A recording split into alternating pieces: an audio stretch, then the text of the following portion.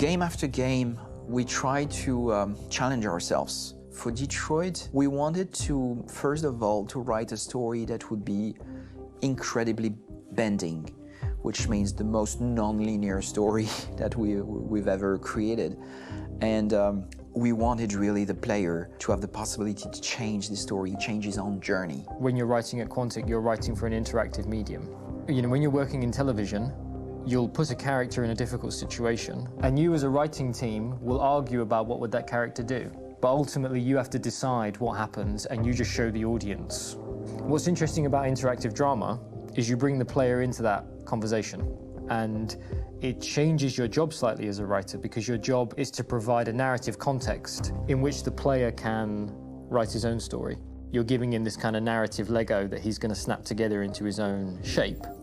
You also have the ability to make your audience attach themselves to your characters, because the audience is in some sense responsible for what happens to the characters. It's just a few cans. Come on, let's go. We have some cash now. You used me to steal that money. How could you do that? I trusted you. What is a bit specific about this scripts is how large they are. If you take a film script, there are about 100 pages.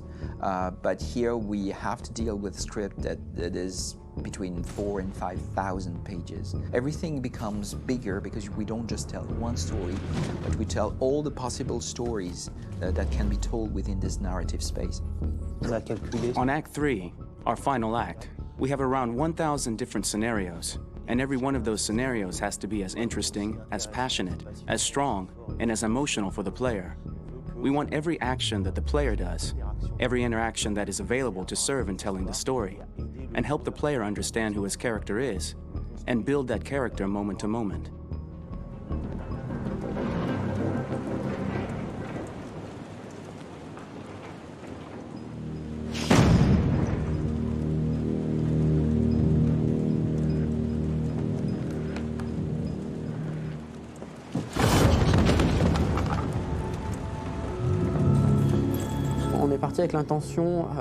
We started with the intention pretty early on that we would never lie to the player.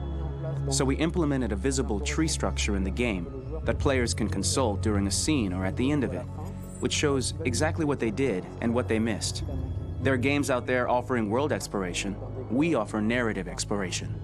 You know, keeping control of such a wide and large story is a huge challenge. So same thing when you shoot with actors, because you will need to shoot many different versions of each dialogue, of each scene. For actors, it's a huge, huge challenge. Because of the style of the game, you have so many different ways that the character can go. Every decision, it's what I call kind of choose your own adventure. Like every decision that the player makes, it's going to open up 40 more pages of material and experience that ties in, which means as a performer, you have to try to continue to make things feel real that the player might not ever see, but also that in performance, it's not always connected to a previous act. It's grueling, it's hard work, but it's a great team, and I enjoy doing it. I was really frustrated. I was until I got to this point where I kind of was able to step outside of my own experience and even in a lot of ways my own process and be able to step outside of that and okay, this is something new. What do you need? How do I meet you there? How do I give you what you need and still feel like I'm doing what's right?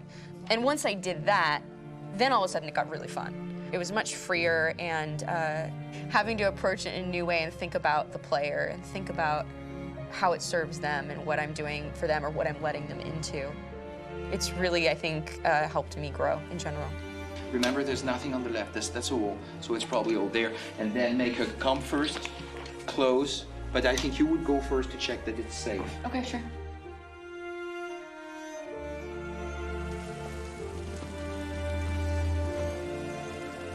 The most enjoyable thing about working in performance capture on this kind of project is that if I shot a film, I would get to do one of these endings. I get to do so many different things as Connor. Your head goes all over the place because you're trying to keep track of basically 4 different storylines for each different response. What's the name of my dog? Buddy? Scout. I think it's Jack. I can't remember. So I worked with physicality a lot because it was a good way to anchor myself in these different rings of the tree as the story grows out. I know where that is physically in my body, and then I can switch more continually on set, and it'll be entirely up to the player to determine what order those things come out and what they look like from a distance. Like if you're playing through it, the culmination of all of that will be their version of Connor. I'm faster than you, and I don't feel pain. You don't stand a chance against me. Listen, asshole. If it was up to me, I'd throw the lot of you in a dumpster and light a match to it.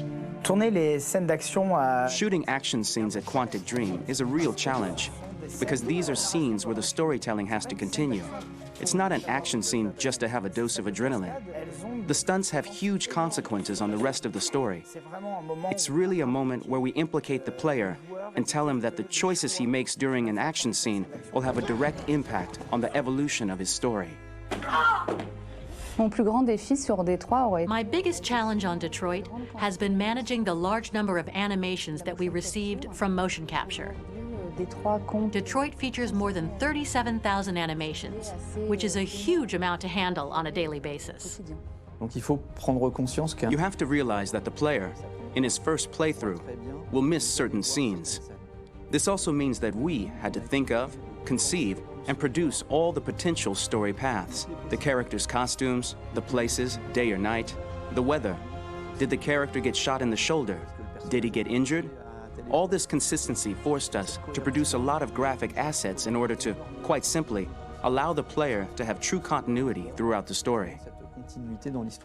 Honestly, we were even surprised by the challenges that come with such a big tree structure. And we did our best to guarantee quality across all the game and make sure that whatever path you choose within this narrative space, you will have an equally good experience.